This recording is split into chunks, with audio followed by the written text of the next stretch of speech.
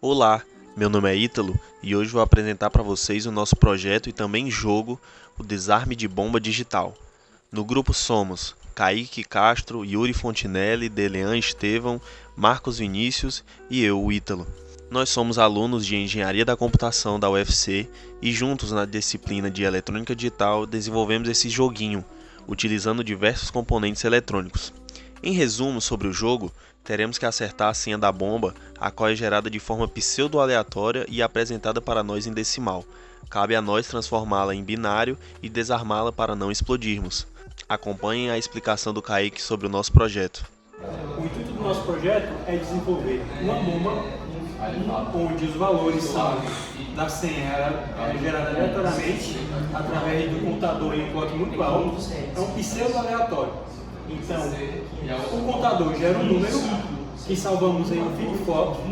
Em seguida, passamos para o display de 7 segmentos do módulo, onde o usuário deve converter de decimal para binário. Após a conversão de decimal para binário, nós colocamos aqui nos inputs, salvamos o input, enviamos a resposta para o comparador, que compara a senha gerada aleatoriamente com a nossa resposta, envia para um circuito cujo verifica se está correto ou errado. Se estiver correto, liga a senha verde, liga o LED verde. Se estiver errado, liga o vermelho e estoura a bomba. Bom, como vocês puderam ver aí, né? Todo esse circuito que o Kaique mostrou, eu estou mostrando para vocês aqui de maneira um pouco mais didática, assim, né? A gente tem o nosso contador ali, o 7493, que a gente liga ele num clock muito alto, e aí quando ele fica nesse clock muito alto, acaba que a senha fica de uma forma pseudo-aleatória, assim, porque você não tem um controle de qual senha que os registradores vão, que os nossos flip-flops, né, que atuam como registrador, vão registrar.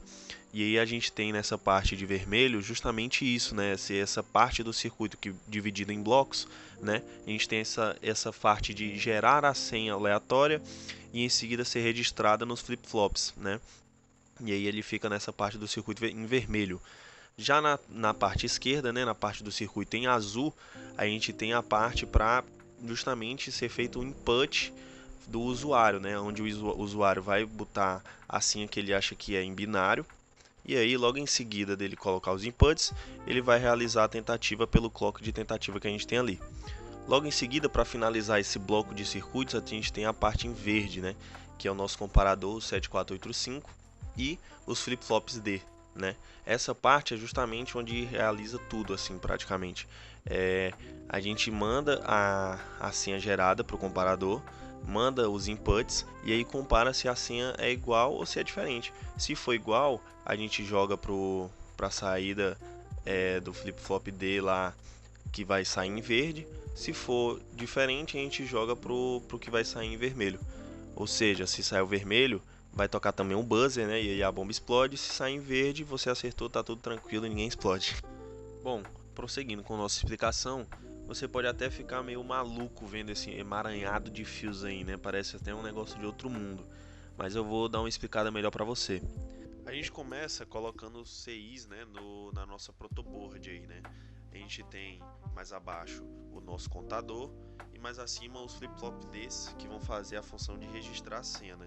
Isso tudo acaba sendo o nosso circuito de gerar a senha pseudo-aleatória e salvar ela nos nossos registradores. Logo em seguida, a gente possui o nosso segundo bloco de circuito, né, que a gente montou justamente no nosso módulo. Embaixo a gente tem ali dois flip-flop Ds, né, que vão fazer o registro dos inputs, eles que vão ser ligados nas chaves de dados, né? Eles vão fazer os registros dos inputs do usuário e em seguida vão ser jogados para o comparador para comparar com o nosso circuito lá de gerador de senha pseudo-aleatória, né? E aí a gente possui também a nossa inversora e o nosso flip-flop D para complementar toda a nossa lógica, né, dessa parte de checagem se a senha está correta ou não. E aí, se tiver correta, vai para o LED da parte de baixo, né, ali pelo resistor, para o LED verde, ou ele vai para o LED mais acima, que é o LED vermelho, através também do resistor, e também a gente conectou um buzzer para ter um sinal sonoro também, né, para simular de forma melhor a tal da nossa bomba, né. E agora, para finalizarmos, vamos mostrar na prática como funciona esse projeto e como jogamos esse jogo. Pronto. Mostrando aqui o nosso projeto na prática, nós temos aqui um contador que vai ficar gerando números para a gente, e de forma que a gente vai salvando aqui nos nossos dois flip-flops, são 3 dígitos, né? Então nós vamos ter 3 dígitos em binário, que vai variar de 0 até 7, e em seguida nós botamos aqui um clock muito alto para gerar uma sequência muito rápida do nosso contador. Então, quanto mais rápido, mais aleatório, entre aspas, fica. E assim gera a nossa aleatoriedade entre algumas aspas, né? Em seguida, os resultados salvos aqui no nosso flip-flop são enviados para um comparador, que está aqui em cima, que vai comparar as entradas que setamos aqui nesses 3 inputs. Então nós setamos aqui, salvamos em mais 2 flip-flops, enviamos para o comparador e compara com a senha aleatória gerada. Após a comparação, o resultado é enviado para um circuito que vai enviar para o nosso LED de verde, se estiver correto, e enviar para o LED vermelho caso esteja errado, e ativar o buzzer para sinalizar que a bomba explodiu. Esse circuito foi feito para que, de alguma maneira, os LEDs não ficassem ligados indeterminadamente, ou seja, se ocorria um problema quando a gente ligava e desligava, né, reiniciava a partida do game, o LED acendia sozinho. Então foi necessário desenvolver aqui um circuito que nós mesmos desenvolvemos, de maneira que só um LED acende por vez. Então é assim que funciona o nosso projeto. Vamos mostrar aqui como é que funciona agora. Bom, vamos lá. Esse D aqui é o nosso clockzinho para fixar a senha. Então você vê que ele virou um aqui, ficou 1, agora o 7, 7 de novo, 1 de novo, agora o 3. Vamos usar o 3 aqui nesse exemplo. Aqui, o G, ele é o nosso reset, então ele tem que estar em 1 sempre, para poder o flip-flop funcionar e mandar o 1 ou o 0, e aí ser feito o acendimento do verde ou do vermelho, né? Ou o contrário, do vermelho ou do verde. E aí vamos lá, né? Tentar aqui. Vamos errar aqui a primeira, né? Colocar a sequência 1, 1, sendo que é para ser 0, 1, 1, né? A correta. E aí vamos lá tentar. Esse F aqui é o nosso seletor, que é o nosso clock de tentativa, né? Como se fosse o botão de enter, como se fosse um botãozinho de tentativa, né? Então vamos lá. Erramos. E aí reseta. Aí agora eu vou pensar aqui mais uma vez, vou errar mais uma vez aqui, vou botar a sequência 101, que seria o 5, né? Vou tentar mais uma vez.